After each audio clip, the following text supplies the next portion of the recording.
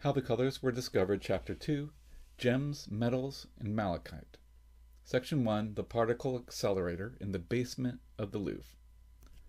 When you search through museums today, like for example the Louvre in Paris, natural colors will catch your eye in very old artworks. Long ago they did the same to humans spreading out across the globe. Just in the wild, not in the museum. So if you go to the Sully Wing of Paris's famous Louvre Museum, with other Egyptian antiquities from the Old Kingdom era, you'll find a sculpture. This one. About 4,500 years ago, unnamed artists carved and assembled this 21-inch statue of a cross-legged man riding on his lap. We call this the seated scribe. Most of the colors in this artwork are the same as the prehistoric rock art from the last chapter. The scribe's body is limestone. It's like the cave walls, but it's more durable, and it's painted red-brown ochre.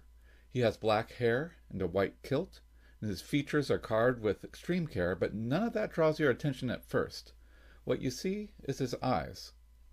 The seated scribe's wide eyes, they shine in the light, and they reflect your own gaze. His eyebrows are slightly lifted as if he's surprised, maybe he's pleased to see you. Look closer and you'll see his eyes are made of jewels, or at least semi-precious stones. These eyes are a mystery. They're so accurate and specific in detail that they seem alive, and so they make this one of the true masterpieces of this era of art. These can be considered the oldest prosthetic eyes in the world. They're so accurate, the British Journal of Ophthalmology commented on them. They said, a modern ocularist would be proud to be the designer of such prosthetic eyes. They're the experts, so I'll listen to what they say. 3 colors make up the eyes.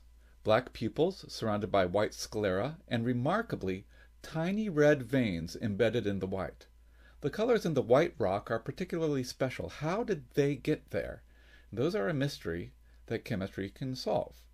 We can measure it, and we can find out what atoms are there.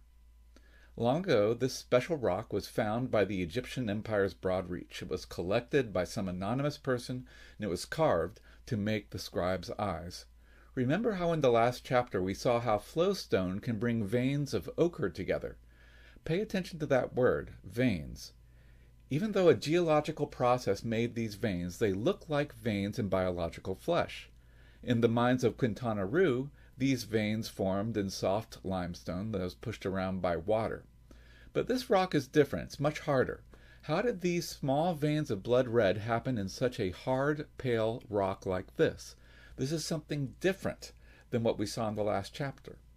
So you need something that can scan these rock eyes for elements, like Steelman's portable X-ray fluorescence device. But her PXRF isn't a powerful enough or focused enough tool for such a small sample.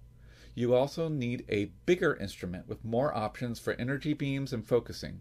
Ideally, you need beams that will interact with the specific electrons in each specific element so you can tell that it's really there. That one element is giving you the one element signal.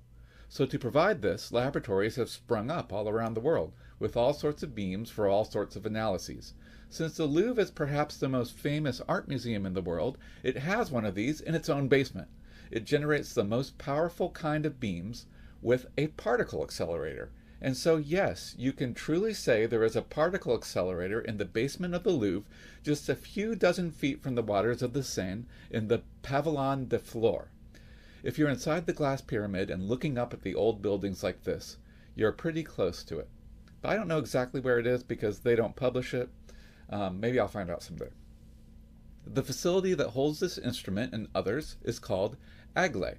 It's a lot smaller than the huge accelerators at CERN or Fermilab, and it's not all that uncommon. There are 30,000 accelerators working around the world in labs and even clinics. But only one in the world is this close to the Mona Lisa, and it is the only one primarily used for art. The particles accelerated in the Louvre's basement are hydrogen or helium ions, where the atomic nuclei, they're stripped of all their electrons, and the resulting ions are sent flying at a few million electron volts, which is nothing much. It's just close to the speed of light, right? The hydrogen ion beams made this way, they have enough energy to dislodge the electrons from a wide range of elements. The entering beam is so powerful that the exiting energy is also powerful. These are powerful X-rays, and different elements will emit different powerful wavelengths. Now the whole particle accelerating instrument, part of it you see here, it's 88 feet long and bent in the middle. The accelerator tank itself is this silver cylinder. It's about the size of a minivan, which produces the ion beam. 4 bright red magnets about another minivan away stabilize the beam and bend it 270 degrees in the process, sending it on to Aglay's blue metal nose, or nez in the French descriptions. I can't really pronounce French that well. This is where the works of art are placed, with detectors at strategic angles to measure the wavelengths of the emitted X-rays. All these moving and unmoving parts, they serve one purpose. They're able to produce X-rays from the elements in an artwork with maximal signal and minimal damage, dislodging electrons without breaking bonds. The beam can be focused tightly and scanned over the surface to produce a pixelated map of the elements in the artwork surface. In 2017, the instrument was updated at a cost of €2 million to expand its capabilities. Apparently it's worth it. Much of this was to make the beam more precise and less powerful, so it could better scan paintings without damage. Aglay was able to scan these eyes without damaging them and identify which rocks the sculptors chose to mimic the human eye so well. The pupils are black silicate, quartz, with a binder applied in a ring to the back to appear like an iris. The whites of the eyes are the sclerae. They are magnesite, a white magnesium carbonate with iron mixed in. This stone is more rare than flowstone, and it requires a large empire to be able to find and collect it specifically. If you look into these stone eyes, you can catch a glimpse of the Egyptian empire's ingenuity and geographical extent to be able to collect the rare stones that are just brought together in this one place. And centuries later, the Egyptian empire collapsed. Centuries after that, another empire rose, and this one was French. The French Empire took the collected Egyptian artworks and rocks and moved them to Paris. So that's how the seated scribe got to be where he is, sitting in the Louvre.